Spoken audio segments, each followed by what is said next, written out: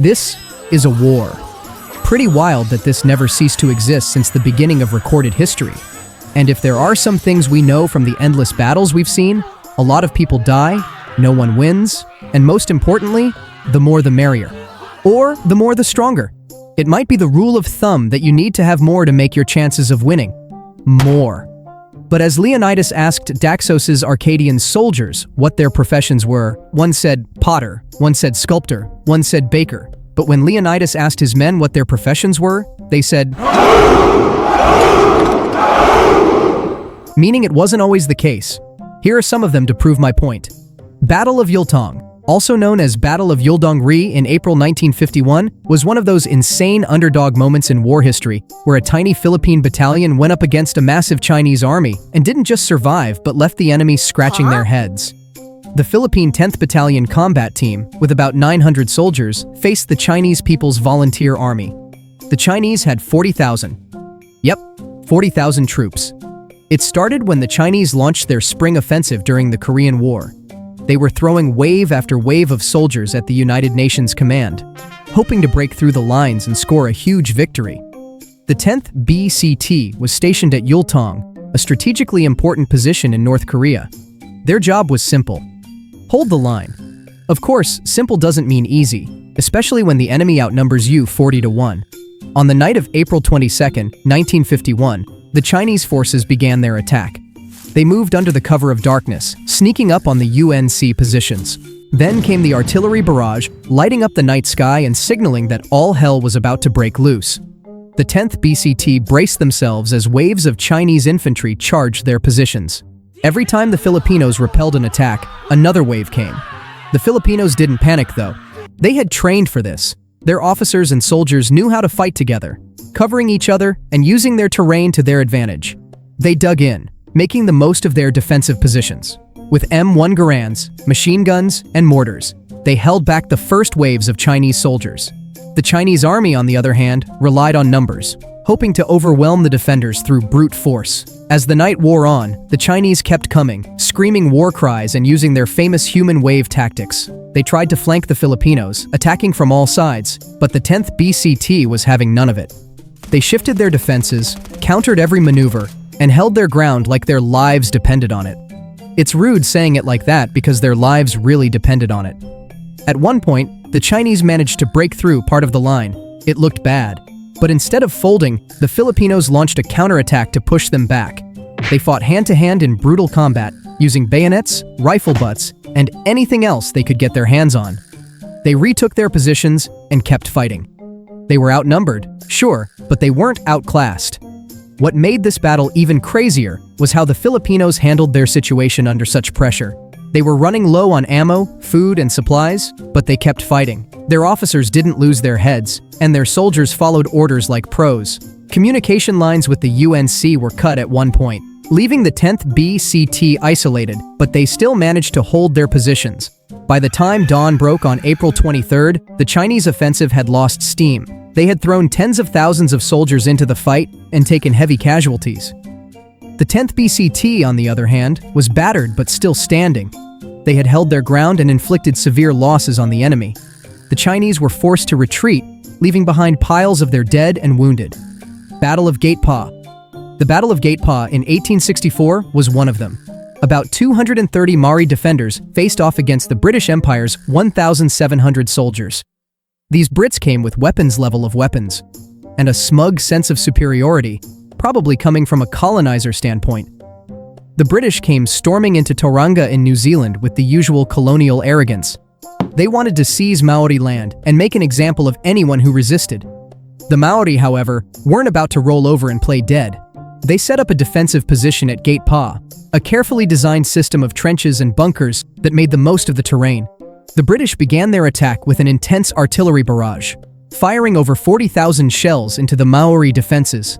They probably thought this would flatten everything and leave the defenders scrambling for cover, or maybe they're dead. Instead, the Maori stayed tucked away in their well-built trenches, barely taking any losses. The British just wasted tons of ammo trying to blow up dirt. And then all of a sudden, "Why do I hear boss music?" And what is that? Are those chants? Are they casting spells on us? We need to attack faster. Go, go, go, let's not waste any time. Metupuia wiwi, metupuia wawa, turia itewera, pirikite rito. O te ringa ringa, waiho aumeia, whakapakarikite, huakawariki. Metupuia wiwi, metupuia wawa, turia itewera, pirikite rito. O te ringa ringa, waiho aumeia, whakapakarikite, huakawariki. Hiya! That's a legit haka. Ask anyone you know that knows how to do haka. It's called Whakatau Waiwai. When the barrage ended, the British sent in their infantry to finish the job. As the soldiers advanced, they found themselves funneled into kill zones, where the Maori ambushed them with musket fire and melee weapons. The British troops were used to open field battles, not this brutal close-quarters fighting. They couldn't adapt fast enough and started falling back in. To make things worse for the British, the Maori had some pretty badass tactics up their sleeves. They lured soldiers into the trenches, only to trap and attack them there. At one point, the British managed to briefly capture part of the Pa. They probably thought they'd finally turned the tide. But no, the Maori defenders staged a counterattack so ferocious that it drove the British back out. By the end of the battle, the British had suffered over 100 casualties. More were wounded. The Maori, on the other hand, had fewer than 30 casualties. That's pretty embarrassing for an empire known for pillaging. They eventually took the site, but only after the Maori had abandoned it on their own terms. Battle of Hodov. You've seen the Battle of Yultong, and you might think, wait, 1 to 40? How the actual hell did they hold the line? Yultong set the standard, and Hodov's about to raise the bar. Around 400 cavalrymen from the Polish-Lithuanian Commonwealth held off between 25,000 and 40,000 Crimean Tatars. One Polish soldier for every 100 freaking Tatars. You'd have to have some ODM gear or the power of Saitama to fend off this much in one go. But no, it was all chess for the Polish. The Tatars, who were known for their raids and destruction, had rolled into the area with a massive force. They had the numbers, they had the confidence, and they had the kind of attitude that comes from being the bully on the playground. What they didn't have, though, was a clue about how stubborn the Polish-Lithuanian cavalry could be when their land and pride were on the line. The Tatars started their advance into the Commonwealth territory, burning villages, looting anything they could get their hands on, and enslaving civilians. This was standard Tatar behavior. The Polish-Lithuanian commanders, though, weren't about to let them have a free-for-all. They scrambled together what forces they could, which, as it turns out, was about 400 heavily armored cavalrymen. The cavalrymen, part of the Hussars and Pancherny, rode out to meet the Tatars near the village of Hodov. The Tatars probably looked at them and laughed. What? What the hell is this? Even our unit alone is more than what they have overall. What do they have? A bunch of Master Yis and a bunch of ashes and veins. Surely they've got to be joking. I think they indeed have a bunch of Master Yi's ashes and veins for this fight, and you all are minions in their Summoner's Rift. Because little did they know, these were some of the toughest fighters the Commonwealth had to offer. The Poles quickly realized that charging straight into the massive Tatar army would be a death wish. So, they pulled back to a defensive position in the village, using makeshift forts to make a barricade. If the Tatars wanted to get at them, they'd have to fight for it. The Tatars launched wave after wave of attacks on the Polish defenses. But every time they got close, the Commonwealth cavalry would push them back with a barrage of musket fire and fierce counterattacks. Wait, musket fire? So they also had this girl too? I mean the male version of it? Whoa! The Tatars had the numbers, but their strategy relied on fast, overwhelming charges against a solid defensive position manned by disciplined soldiers. Their tactics didn't work as well as they'd hoped. The Poles, on the other hand, had no room for error. Every move they made had to count, and every shot had to hit its mark. The fighting dragged on for hours. The Tatars kept coming, and the Poles kept holding them off. The Tatars, frustrated and angry, tried everything they could think of to break through the Polish defenses. They surrounded the village, tried to set fire to the barricades, and even used their archers to rain down arrows on the Poles. As the day went on, the Tatars started to realize that they weren't going to win this one. Their attacks were costing them men, horses, and morale. Yet, they still hadn't broken through the Polish defenses. The Poles, meanwhile, were running low on ammunition and supplies, but they didn't let it show. They kept up the fight, bluffing their way into making the Tatars think they still had plenty of firepower left. Eventually, the Tatars had had enough.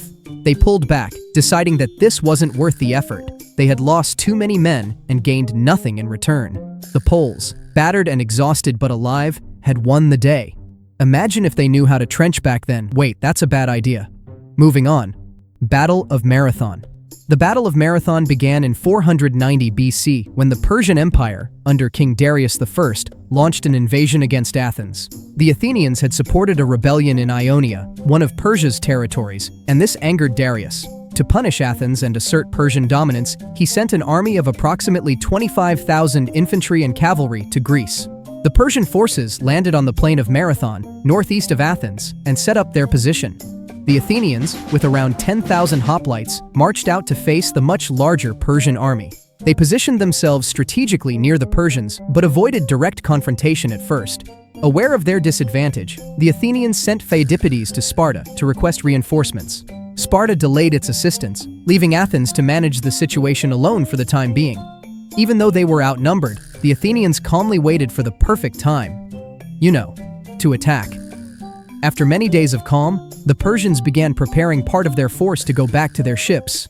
They planned to sail around the area and attack Athens directly, thinking the Athenians would be too weak to stop them. General Miltiades, who was leading the Athenian forces, recognized this moment of disorganization as his best chance. He came up with a tactic that involved changing their usual formation. Miltiades weakened the center of the line, all while reinforcing the surrounding attacks, creating a deliberate gap in the middle. When the Athenians charged the Persian army, their sudden attack surprised the Persians, who had expected a slower advance. The lightly armored Persian infantry, used to fighting like a bunch of Legolas at a distance, struggled against the heavily armed Greek hoplites. The thinner Athenian center deliberately gave way, pulling the Persian forces inward, while the stronger Athenian flanks surrounded and crushed the enemy from the sides. The Athenians chased down the Persians. By the time the Persians managed to retreat to their ships, they had tons of deaths on their team, compared to the Athenians who lost only 200.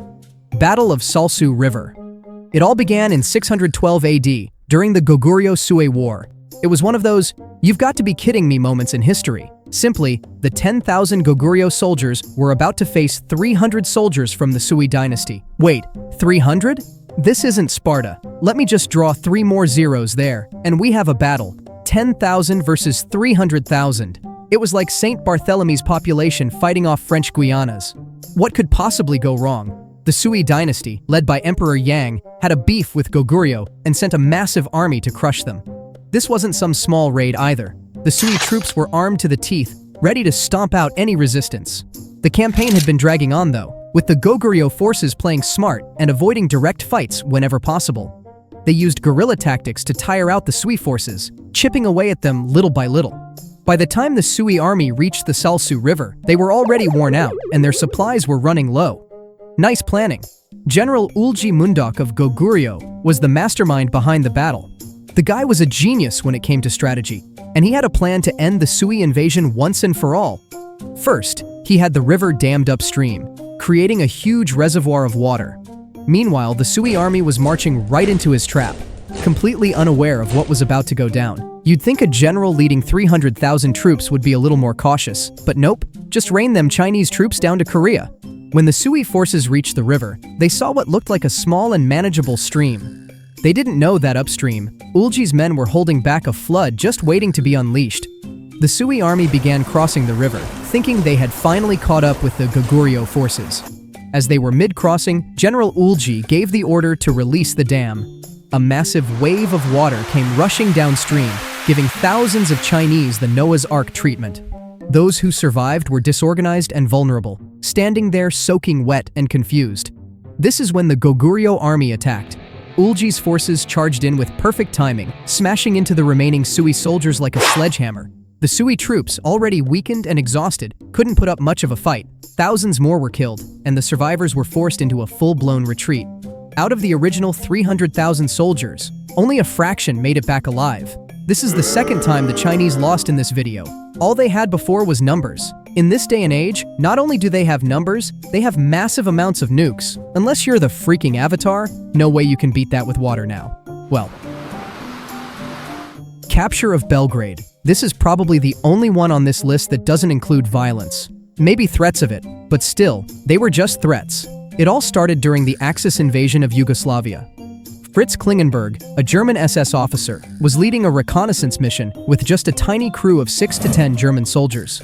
While their main force was still slogging through the countryside, Klingenberg's group stumbled upon an opportunity to do something reckless. They reached the Danube River near Belgrade, spotted the city up ahead, and decided to push forward. What they lacked in manpower, they made up for with nerve.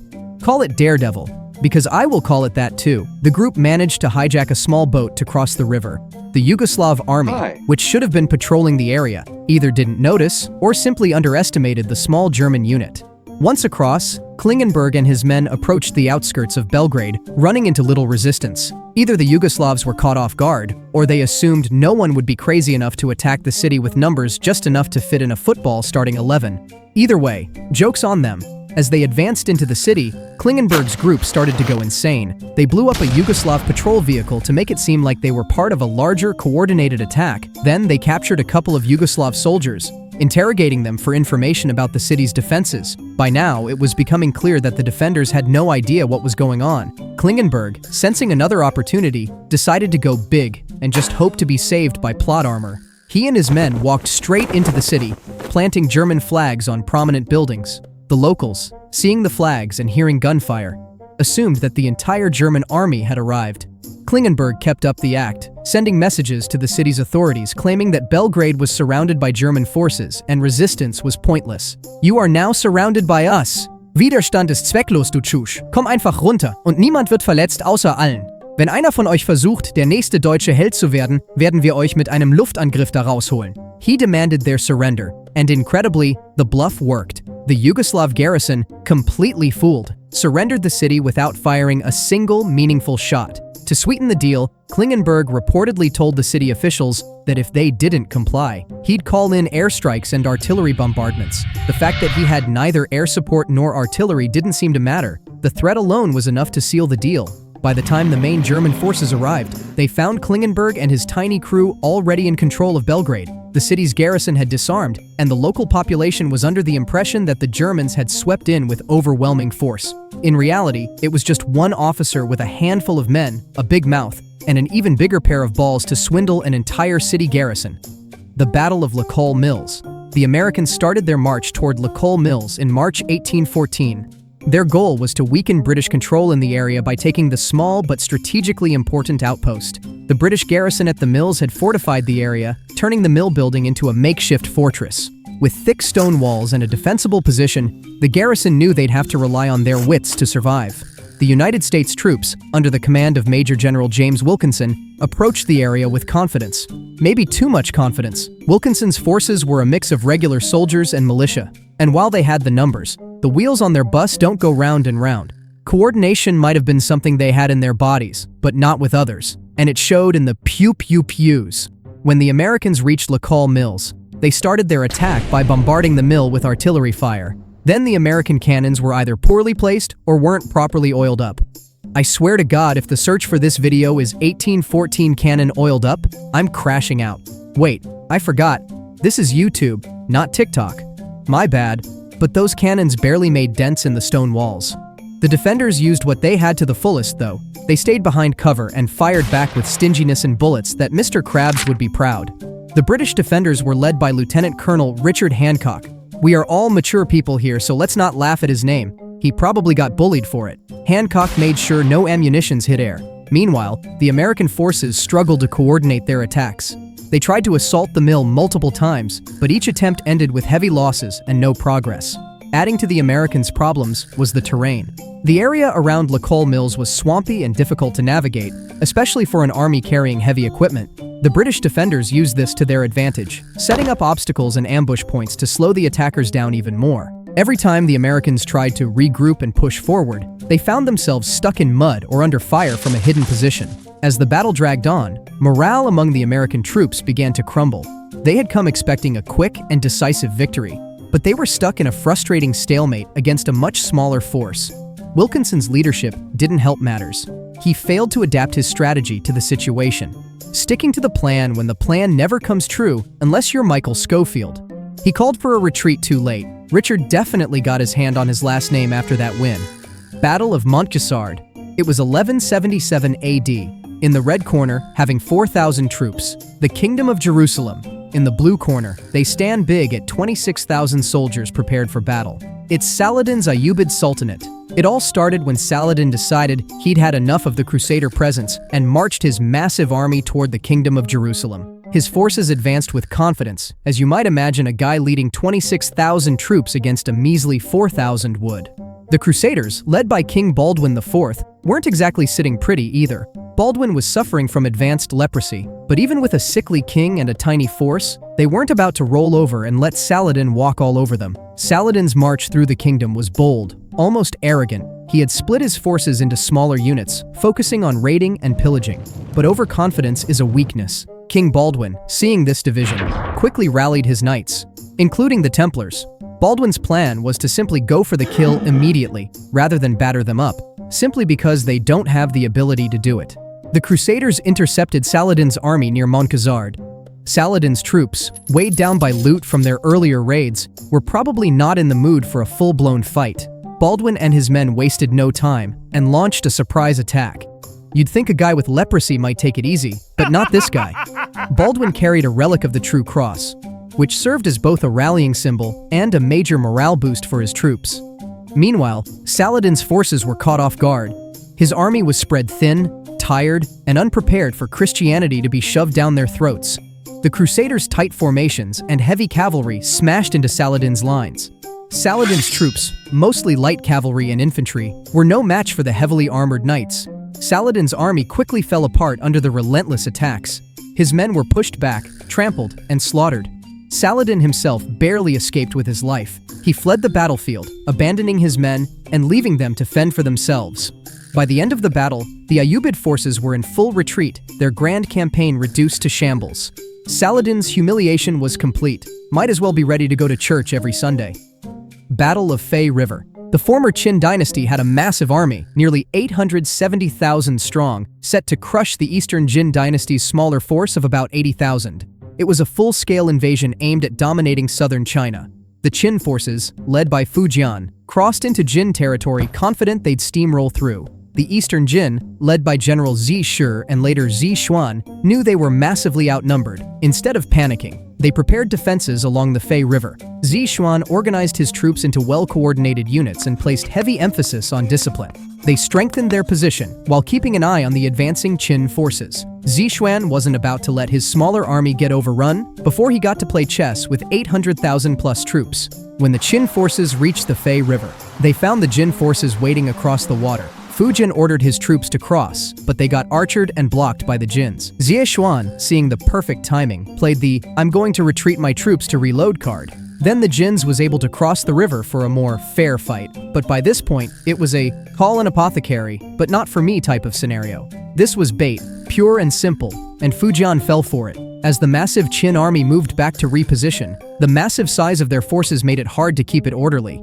Zi Xuan's soldier did a counterattack right after smelling the chaos in the order. The Jin forces, though smaller, hit the Qin army hard and fast. They exploited the disorganization, pushing the Qin troops into a full-blown panic. Soldiers trampled each other in the retreat, turning the battlefield into a scene of utter chaos. Qin soldiers fled in every direction, abandoning supplies and equipment in their desperation to escape. And now that you're at the end of the video, watch this. Night-night.